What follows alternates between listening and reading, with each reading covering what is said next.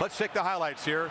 Cam Newton swaggered in, conveying confidence, showing tremendous charisma. We thought it was Vince Young-like, the way he kind of elevated his Texas teammates when they knocked off USC for the national championship. Well, Michael James, also a Heisman finalist, Doak Walker Award winner, would have his most frustrating night as the ultimate prize, the crystal ball, awaited. But the adrenaline of the moment, guys, both quarterbacks really struggled early. It was a shaky start. Darren Thomas, the off-target throw off the hand of Kenyon Barner, and Damon Washington, the senior corner, makes the pick. Well, we said that 37 days between the games, the offense was going to struggle early. And then it was Cam Newton's turn to make a mistake. Adrenaline, he sails this pass, and Cliff Harris makes another pick. Well, you know, I think Cam made a poor judgment and decision there. Nobody took the guy to the flat. You know, Auburn was effective in throwing that route throughout this game and hit a couple big plays on it, but he made a poor choice right there, and it cost him. 6th interception this season for Harris, the playmaker. Newton, though, not rattled. Ensuing drive for Oregon. Thomas pressured. Again, Zach Etheridge makes a pick. This time it's down in the red zone. That was the story for Oregon. They couldn't convert in the red zone fairly with the pressure, Urban. Well, both turnovers were because of pressure and then a bad throw, a tip pass. Anytime you can force a quarterback to have to throw that ball early, the receiver wasn't even turned around yet. Anybody expect a scoreless first quarter?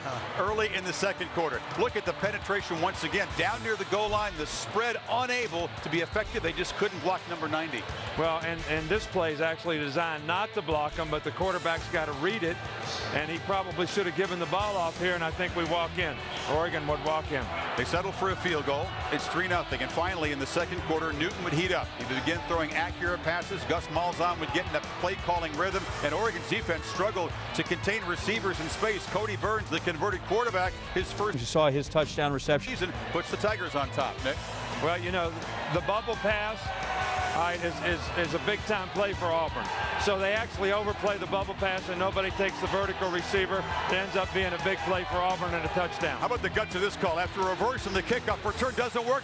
They throw it deep on the first play, and there's Jeff Mayo loose for a long gain. He is tracked down after an 81-yard gain. Huge momentum shift. Auburn scored a touchdown. They run a fake kickoff return reverse. It does not work. They come right out from his own end zone and hit an 81-yard big play. That would be the longest play of the championship game, but it took until 3rd down.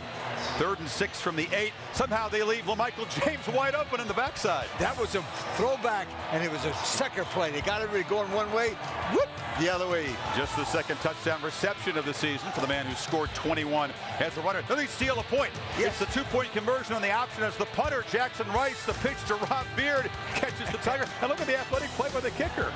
Well, you know, that was a great call, actually. You know, I think if you're going to go for 2, sometimes it's good to do it early and sort of mess up the multiples in the game from a score standpoint, and Chip Kelly certainly did that. It was 11-7. That would prove huge later on.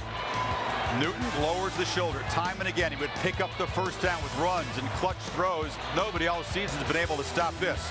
Well, I tell you what, one thing that Auburn is very effective at, when it is 3rd down and 5 or less, Cam Newton really makes a lot of plays with his feet, whether it's a pass or a running play. They expect to run it on 4th down. This is maybe the easiest throw of his life, but he short arms it to Eric Smith, incomplete. Oregon makes a stand. They have a shovel pass and pick up yardage right after this incompletion, and you think they're going to get out from the shadow of their goal line. But a penalty pushes him back, and that is huge.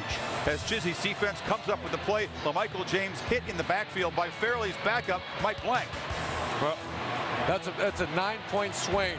Oregon goes in, or Auburn goes in to score. Safety by Oregon. That's a complete change of momentum in the game. 11-9, and then on the ensuing drive, 1st and 10 from the 30. Newton escapes pressure. Emory Blake is wide open down the field.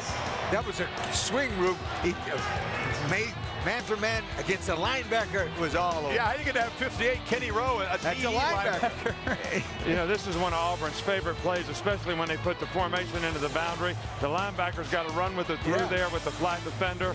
They mismatched them, and they hit another big play on this later in the game.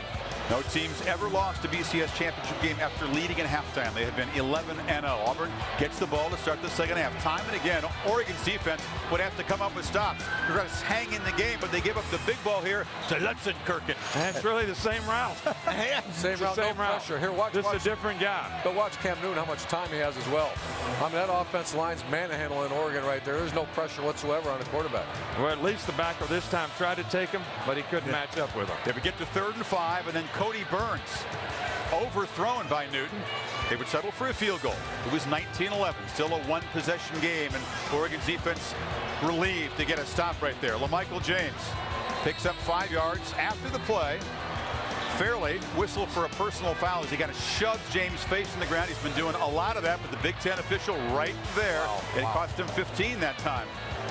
Got away with it a lot during the regular season. Darren Thomas, again, pursued by Fairley. Oregon fortunate to recover the fumble. And this is another one of those mismatches up front.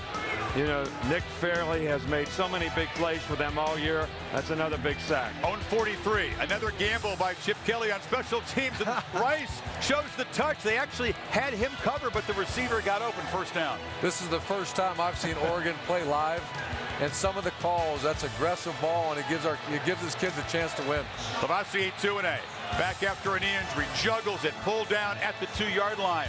Demetrius McNeil makes a touchdown-saving tackle at the 3. Look at the focus by 2-A. Picks up 43. It's 1st and goal.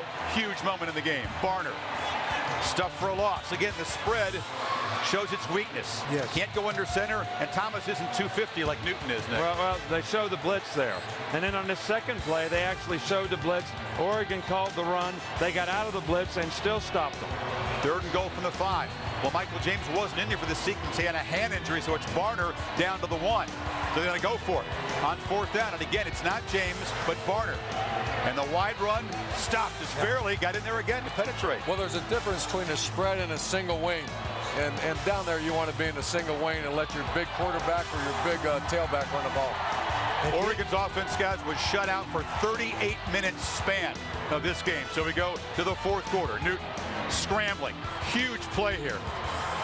Ball is punched loose by Casey Matthews. A first big mistake by Newton since the 1st quarter. Oregon down 8 is in business. But you know, sometimes when a quarterback carries the ball like this, and Cam Newton does it sometimes, this is just a heads-up play by Matthews to punch it out from behind. It's a big play in the game and got the momentum back to Oregon.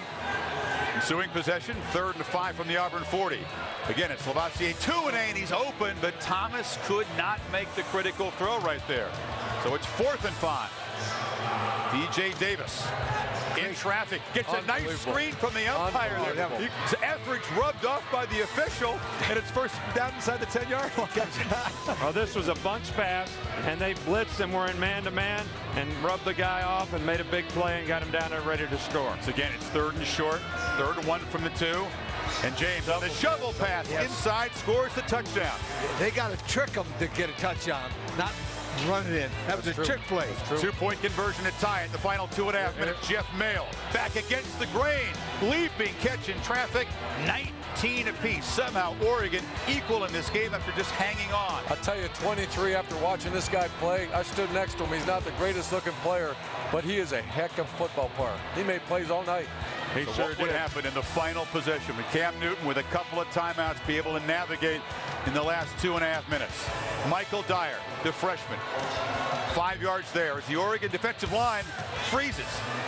And so did Dyer until the sideline told him you never touch the ground. 37 yards later, it's a 1st down inside the 25. They reviewed it, and the call on the field stood. Well, this is really, you know, defensive players must finish the play. I know it looks like the guy's down here, but he really isn't. It's a tremendous effort, second effort by Michael Dyer. Great balance and body control to continue this run, but it is the play that put them in field goal range, and what a play. Inches from being down, but that moment of hesitation, all 22 guys in the field stopped playing. Dyer would later muscle down, and this was called a touchdown. They reviewed this one, and this time the call did not stand. They ruled that his knee was down. So with 10 seconds to go, a decision. Newton would go back on the field. You can see it's a good call. Back on the field. I wondered, I questioned that call right there. I wonder. What if he fumbled tried to get the in, ball? didn't he? Yeah, but what if he fumbled the ball? He didn't need a touchdown. He didn't need a touchdown. Byron was going to make the kick. It didn't look like they were trying to score, but they were already in the middle of the field, have a good kicker. Yeah. A great kicker who finishes a great career. Yeah. As we said, his 6th game-winning field goal, his 3rd this season, and Gene Chizik. In year 2 at Auburn, they were just 3-5 in the conference a year ago. Had those 4 comebacks from double-digit. And the Gatorade bath, very sweet. Coach's trophy goes to Auburn. Finally, perfection is rewarded. They've had 3 undefeated seasons in the last 20 years. Nobody in college football has had more. But Terry Bowden's perfect team in '93 couldn't win a title because they were on probation from the Pat Dye era.